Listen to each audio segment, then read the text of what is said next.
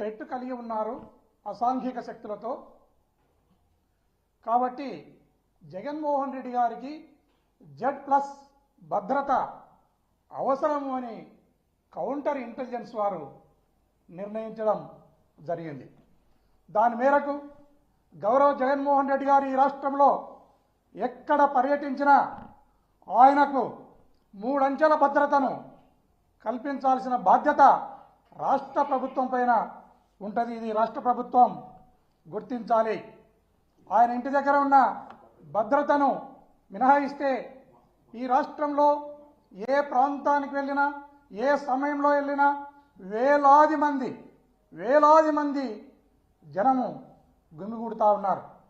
వారిని కంట్రోల్ చేసే బాధ్యత, వారిని ఒక ఆర్డర్లో పెట్టే బాధ్యత ఈ రాష్ట్ర ప్రభుత్వానికి ఉంటుంది. అలాంటిది మొన్న జగన్మోహన్ రెడ్డి గారు రామగిరి మండలానికి వచ్చినప్పుడు పోలీసు ఎలాంటి వైఫల్యం చెందిందో, ఎలా ఫెయిల్యూర్ అయిందో మనమందరం కూడా ప్రత్యక్షంగా చూసినాం. దీని మీద హోమ్ మినిస్టర్ గారు రెస్పాండ్ అవుతూ 1100 మందిని పోలీస్ వ్యవస్థను డిప్లాయ్ చేసినామనే మాటను అనిత గారు మాట్లాడడం జరిగింది. అమ్మ అనిత గారు, మీరు 1100 మందిని డిప్లాయ్ చేస్తే వారు హెలికాప్టర్ను ప్రొటెక్ట్ ఎందుకు చేయలేకపోయినారు?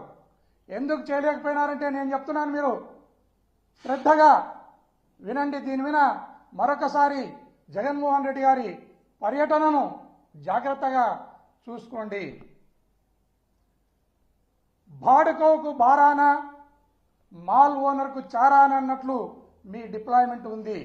అది ఎట్లా అంటే, మీరు పెట్టిన 1100 మంది పోలీస్ సిబ్బందిని పరిటాల సునీతమ్మ ఇంటి దగ్గర కొందరిని, పరిటాల రవి సమాధి దగ్గర కొందరిని, అదేవిధంగా మొన్న లింగమయ్యను హత్య చేసిన ముద్దాయిల ఇండ్ల దగ్గర సగం మందిని డిప్లాయ్ చేసి, ఎవరైతే జగన్మోహన్ రెడ్డి గారిని చూడడానికి వైఎస్ఆర్ కాంగ్రెస్ పార్టీ కార్యకర్తలు కానీ లీడర్లు కానీ వస్తున్నారో వారిని కంట్రోల్ చేయడానికి మిగతా పోలీసును 4 భాగాలు చేసి మీరు అక్కడ పెట్టడం జరిగింది. జగన్మోహన్ రెడ్డి గారి దగ్గరికి వచ్చే వరకు ఆ హెలికాప్టర్ దగ్గర గార్డు సరియలేదు.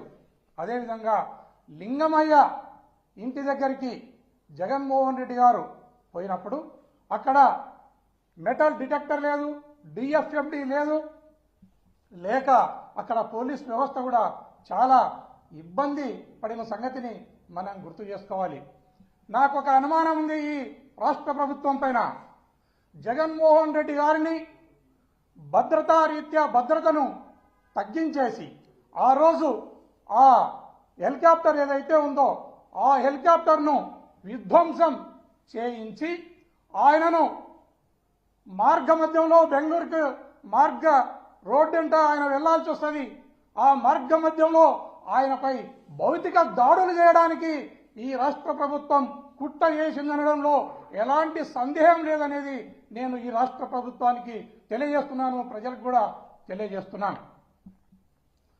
రాష్ట్ర ప్రభుత్వంలో ఉన్న పెద్దలందరూ కూడా గమనించాలి. మనం ఒకసారి గమనిస్తే ఆడళ్ళకు అక్క కాదు, మోళ్లకు బావ కాదు లోకేష్ బాబు. అలాంటి వానికి జడ్ కేటగిరీనిచ్చి సిఆర్పిఎఫ్ బలగాలను ఆయన దగ్గర పెట్టడం జరిగింది. జగన్మోహన్ రెడ్డి గారు బయటకు వస్తే వేలాది మంది ప్రజలు గుండుగూడుతారనేది ఈ ప్రభుత్వానికి తెలుసు.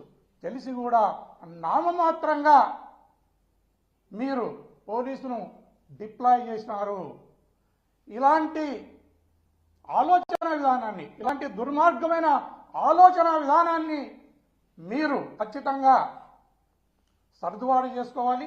సర్దుబాటు చేసుకుని జగన్మోహన్ రెడ్డి గారు ఎప్పుడు బయటకు వచ్చినా ఆయనకు Z+ అనే సెక్యూరిటీ ఏదైతే ఉందో ఆ సెక్యూరిటీని ఇవ్వడానికి ఎప్పుడు కూడా ఈ రాష్ట్ర ప్రభుత్వంలో పనిచేస్తున్న పోలీస్ వ్యవస్థ ఖచ్చితంగా నియమాన్ని పాటించాలని ఈ సందర్భంగా తెలియజేస్తున్నాను.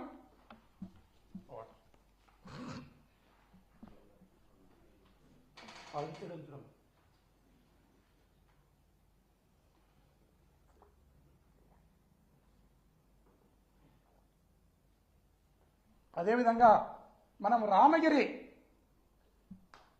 ఏరియాలో రామగిరి పోలీస్ వ్యవస్థను మనం చూస్తే రామగిరి పోలీస్ స్టేషన్ ఏరియాలో నసనకోట అనే గ్రామంలో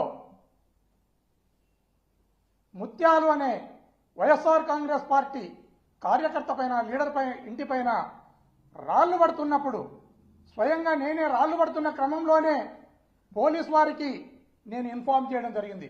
కన్సర్న్ ఎస్ఐకి నేను ఇన్ఫార్మ్ చేయడం జరిగింది, కన్సర్న్ సిఐకి నేను ఇన్ఫార్మ్ చేయడం జరిగింది. ఇన్ఫార్మ్ చేసిన వెంటనే ఆ ఎస్ఐ గారు సదరు ఎస్ఐ గారు ఆ స్పాట్కు రావడం జరిగింది. స్పాట్కు వచ్చిన ఎస్ఐ గారు అక్కడ రాళ్లు దింపుతున్న వ్యక్తులను తరిమివేయడం జరిగింది. ఆ తర్వాత కేసు కట్టవలసి వస్తుంది అన్న భావనతో ఏదైతే దుండగులు రాళ్లు జిమ్మినారో ఆ రాళ్లను స్వయంగా ఎస్ఐ గారు తన జీపులో వేసుకుని పోవడం అనేది చాలా పోలీస్ వ్యవస్థకే సిగ్గుచేటుగా నేను భావిస్తున్నాను. అదే కాకుండా ఇదే రామగిరి ఎస్ఐ గారు ఈ రామగిరి మండలాధ్యక్షుని ఎన్నిక విషయంలో ఒక ముగ్గురు వ్యక్తులు అక్కడ ఎలక్షన్ ప్రక్రియలో భాగంగా వెళ్తే ఆ ఎన్నికను విఘాతం కలిగించే విధంగా అక్కడ ఉన్న దుండగులు వీరిపైన ఈ ముగ్గురు పైన దాడి చేస్తే దాడి చేసిన వాళ్ళది కంప్లైంట్ తీసుకుని కేసు కట్టవలసిన సబ్ ఇన్స్పెక్టర్ ఈ దాడి చేసిన వ్యక్తులను వదిలేసి ఏదైతే బాధితులున్నారో బాధితుల కారులో కత్తులను కటార్లను రాళ్లను వేసి ఆ కత్తులను కటార్లను రాళ్లను రికవరీ చూయించి వారిపైన బాధితులపైనే కేసు కట్టడం అనేది మరొక సిగ్గుచేటైన విషయం ఈ రామగిరి పోలీసుకని ఈ సందర్భంగా తెలియజేస్తున్నాను. అదేవిధంగా ఏదైతే పాపిరెడ్డిపల్లె గ్రామం ఉందో మొన్న హత్య జరిగిన గ్రామం ఉందో ఆ గ్రామంలో లింగమయ్య ఇంటి మీదకి అదేవిధంగా జయచంద్రారెడ్డి అనే వ్యక్తి ఇంటి మీదకి 2 సార్లు దాడులు చేస్తే పోలీస్ వ్యవస్థ సరిగా రెస్పాండ్ కాకపోవడంతోనే పోలీసు ఏం చేయలేని వారిని జోకర్లాగా చూసి ఈ ముద్దాయిలు లింగమయ్యను నిర్దాక్షిణ్యంగా పొట్టన పెట్టుకోవడం జరిగింది. దీనికి పోలీస్ వ్యవస్థ సిగ్గుపడాలి, తల వంచుకోవాలి. రామగిరి ఎస్ఐ చేస్తున్న ఈ చేష్టలకు అతని నెత్తిన ఉన్న టోపీ పై మీద ఉన్న కాకి యూనిఫామ్ సిగ్గుపడతా ఉంది. అది నేనెందుకు వీని నెత్తి మీద ఉన్నాను టోపీగా, ఎందుకు వీని పై మీద యూనిఫామ్ గా ఉన్నానని ఆ యూనిఫామ్ ఆ టోపీ సిగ్గుపడతా ఉంది. అలాంటి ఎస్ఐ మళ్ళీ ఈరోజు బజారులోకి వచ్చి మాట్లాడడం అనేది కూడా చాలా హాస్యాస్పదంగా ఉంది. అలాగే ఈ రాష్ట్రంలో ప్రతిరోజు కూడా ఏదో ఒక ప్రాంతంలో రాజకీయ హత్యలు, రాజకీయ హత్యా ప్రయత్నాలు, అదేవిధంగా దౌర్జన్యాలు